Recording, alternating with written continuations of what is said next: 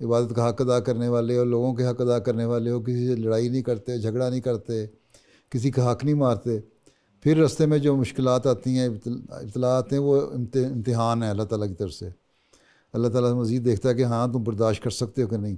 اور جب برداشت کرتے ہو اور پھر بھی اللہ کا شکر ادا کرتے ہو ہیں, اور پھر بھی یہی کہتے ہو کہ ہم راضی ہیں اسی میں جس میں اللہ تعالیٰ کی رضا ہے, تو پھر اللہ تعالیٰ انعامات دیتا ہے اور انعامات سے نوازتا چلا جاتا ہے.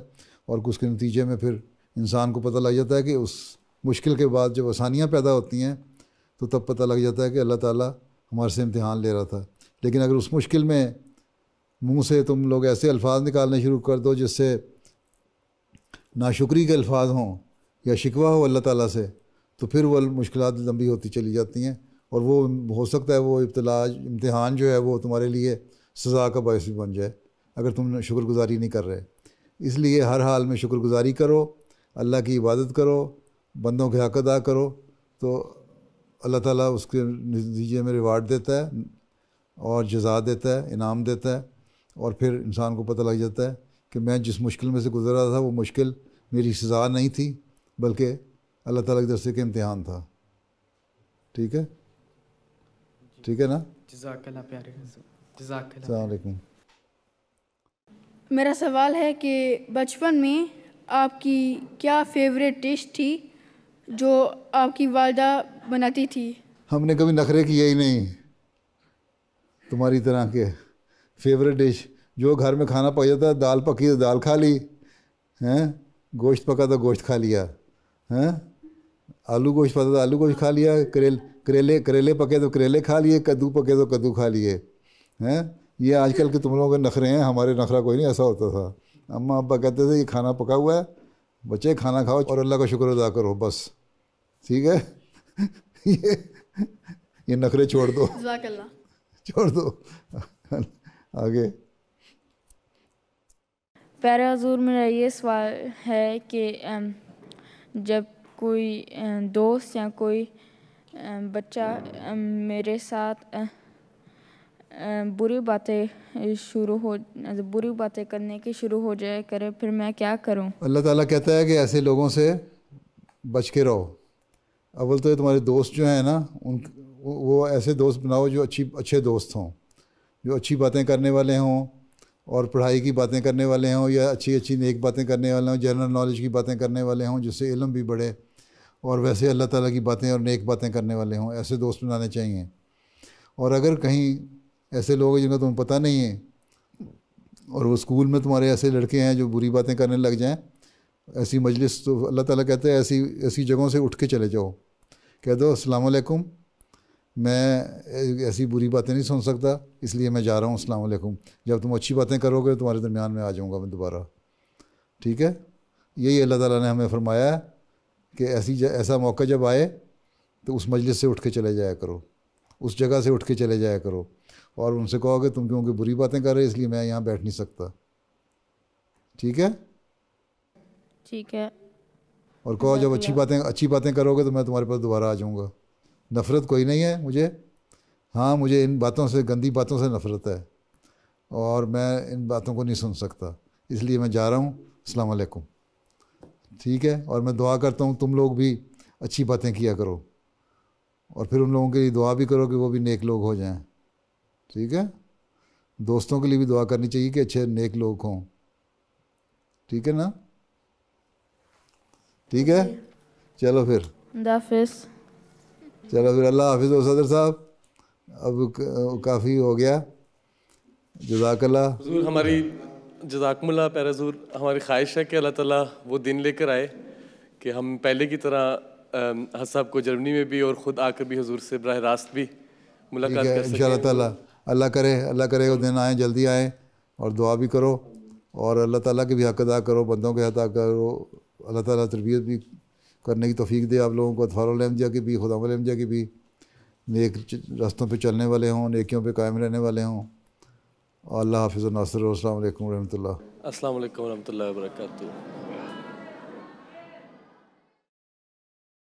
The following day, Huzoor held a virtual meeting with the National Amla of Lajna Imaila, USA, gathered at the Baitur Rahman Mosque in Maryland.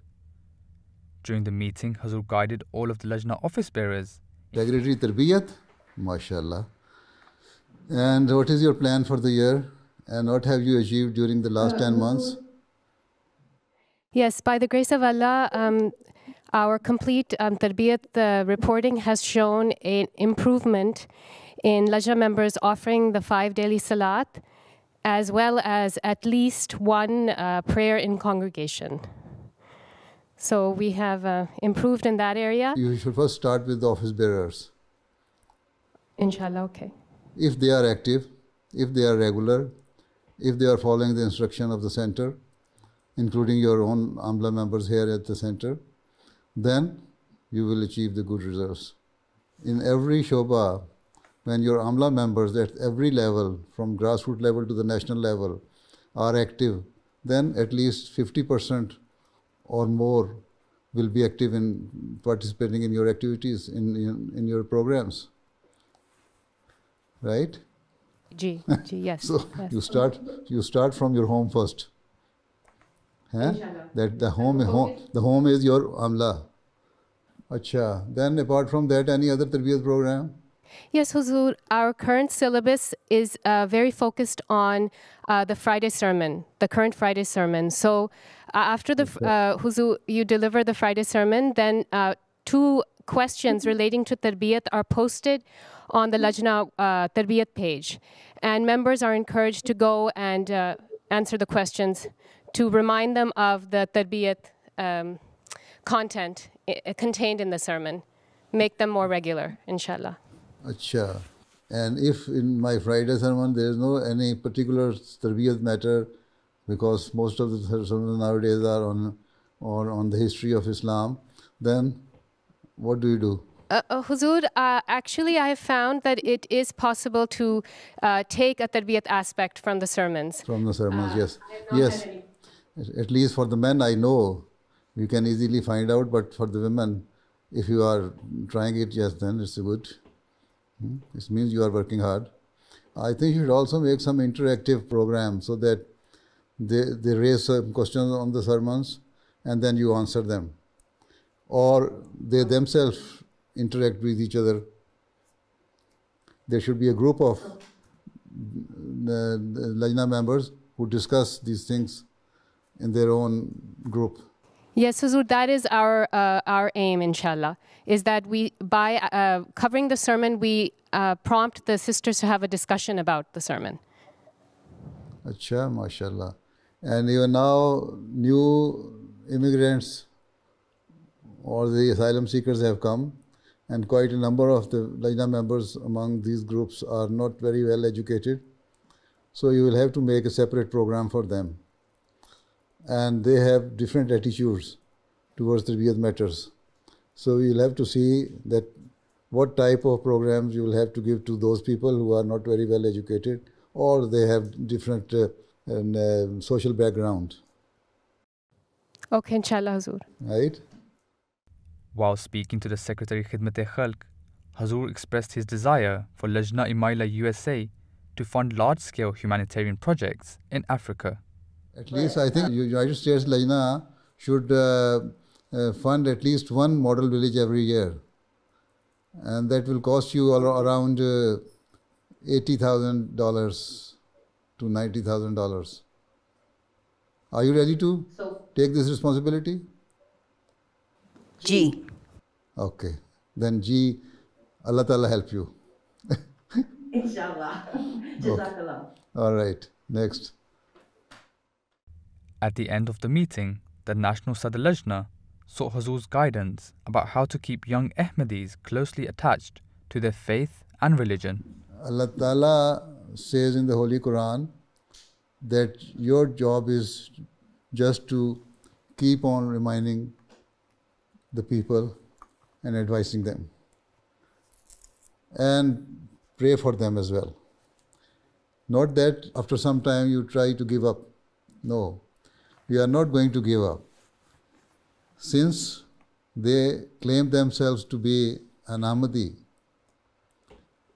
and they do not want themselves to be removed from the Jamaat, then it is our duty to use each and every mayor to bring them to the fold of Ahmadiyyat in a way which has been prescribed in our literature and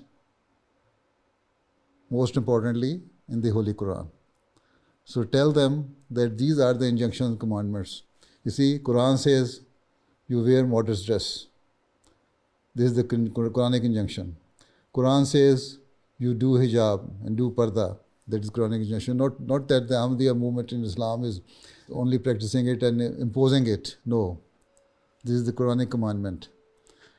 And there are so many others. Doing tilawat, offering 5 daily prayers.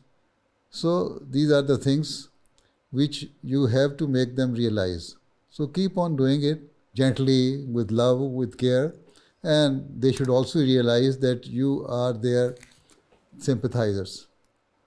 Whatever you are doing is for their betterment. You are trying to save them from the wrongs of this society. See? So once they realize it, then they will one day follow you. And pray for them as well. Yes, of course, we have to pray. But you say that after some time, after advising them once or twice or 3 times or 4 times, you leave it or give it up? No. You have to be very much persuasive. Try to be persuasive. That is your job. And that is the commandment given in the Holy Quran. Inna ma anta muzakkir. That is the injunction given to the Holy Prophet ﷺ. Keep on advising them. Keep on admonishing them. Try to explain to them the good teachings of Islam. And this is your job. Right? Right. If your Amla members at the national level, at the regional level, as I already said, and the local levels are active and following your programs and plans, then this means you have achieved 50% or more of your target. So try to see to it that your Amla members are following your plans or not. If they set their good examples, then the members will also follow them. Right? We have to set our own example, then we can hope for the better results. Okay, Sir Saiba? Okay. Allah Hafiz and Nasir ho. Assalamu alaikum wa rahmatullahi wa barakatuh. Assalamu alaikum.